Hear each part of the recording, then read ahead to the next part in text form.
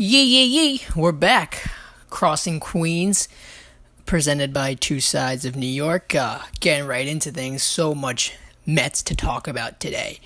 So, starting the week just off of that horrible series in Miami, we get swept. That whole just craziness on how, what are we going to do? Sky's falling, Mickey Callaway, we want his head.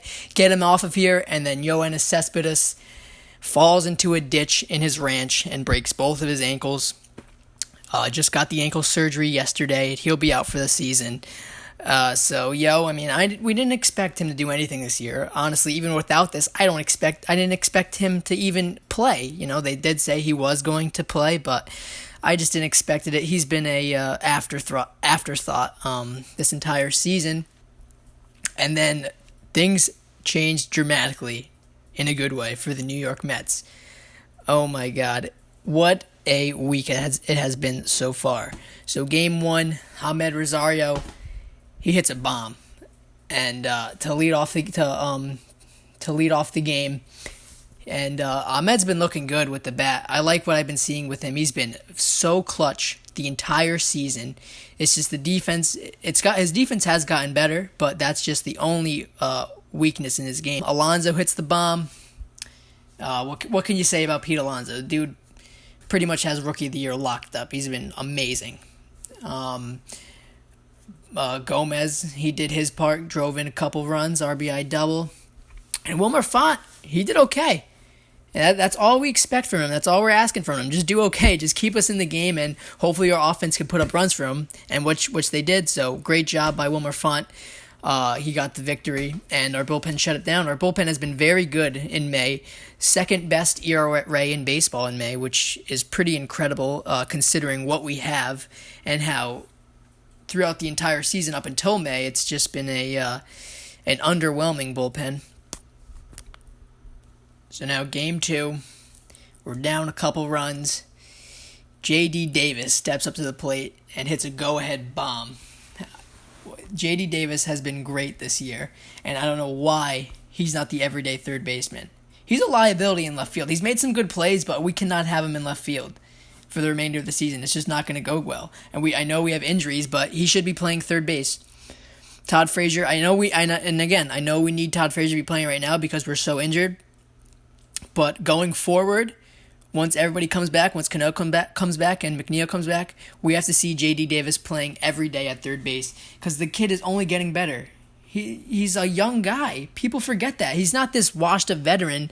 He doesn't have 2 full seasons under his belt yet. So we have to see what he could do. And he's playing very well. That's the thing, too. I don't know why Mickey Callaway, before the injuries, was still going with Todd Frazier. We have to see JD in this lineup, see him grow as a player, and the dude hits bombs. So we need to see him every day. So we give up the lead, but Pete Alonso, Pistol Pete, Polar Bear Pete, so clutch, hits the game-tying bomb, and he Carl fisted the whole way, willed it fair. He was talking to the ball, he says. He just kept it fair. It just snuck through the pole, and it was a huge home run. Game tied, and our bullpen, they slammed the door. They kept us in the game, kept the game tied. Enough for Amed Rosario to come up with runners on second and third and hit an infield hit to win the game. He was hustling. He's so fast, and a great assist on that play that people aren't really talking about. It went underlooked. Jeff McNeil was on second base, and he was kind of deking Trey Turner, not in his face because that would have been interference, but he was kind of just like deking him a little bit, moving around to kind of distract him.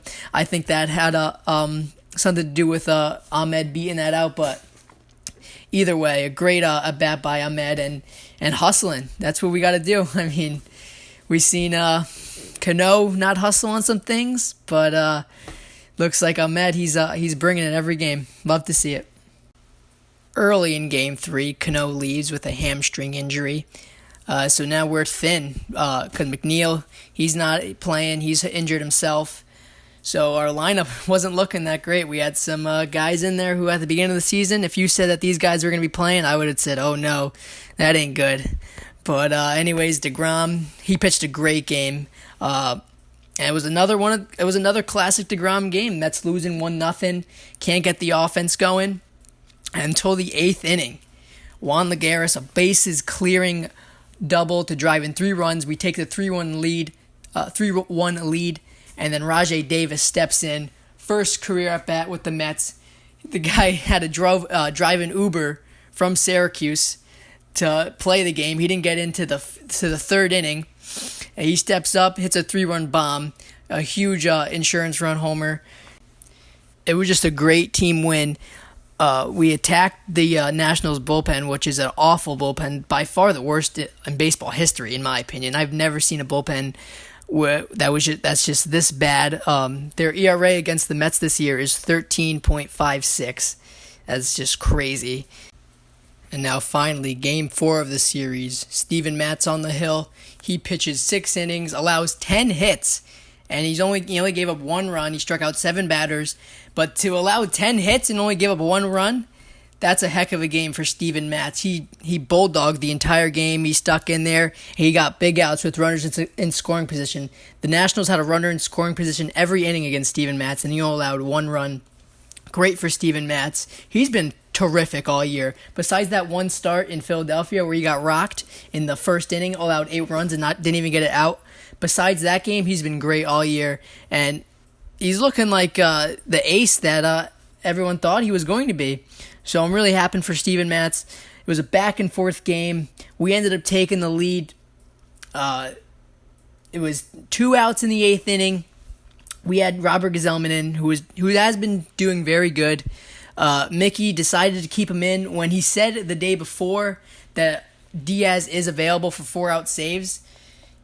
You gotta use Diaz in that situation, especially if it's the next day after you saying that he's going to be available in 4-out situations. We have been winning the last couple games, but I think Mickey Callaway should still be on the hot seat because he can't make these mistakes over and over. How many times do you have to learn that if you don't go to the right guys, it's not going to work out? Diaz should have been used in that spot. The Nationals end up taking the lead going into the bottom of the 8th inning. Then our man Carlos Gomez hits a 3-run bomb to give us the lead. Carlos Gomez is exactly what this team needed. A spark plug. We didn't have that up until then. Unless we have good guys. We have good guys who have great character, but not a guy who could just get the team going like Reyes used to do in the beginning of his career. We had Nimmo in that spot and Conforto in that spot, who are both really good guys, but when it comes to getting the team going, they're just not it. Pete Alonso, he can do that, but he's still young. Gomez is a great veteran spark plug for this team, and people forget Carlos Gomez started his career with the Mets. If it wasn't for him, Mets would have never thrown a no-hitter because he was traded for Johan Santana, and there would have been no World Series in 2015 because if we ended up getting Carlos Gomez and not Yoenis Cespedes in the trade, if that trade ended up going through for Carlos Gomez, who knows? We probably wouldn't have made the World Series because Cespedes absolutely went off for us. But Gomez, I really like what I've been seeing from him, and it's really exciting. Hopefully we could keep it going against Detroit, who's a team that's struggling. They lost 9 in a row. And let's extend this winning streak.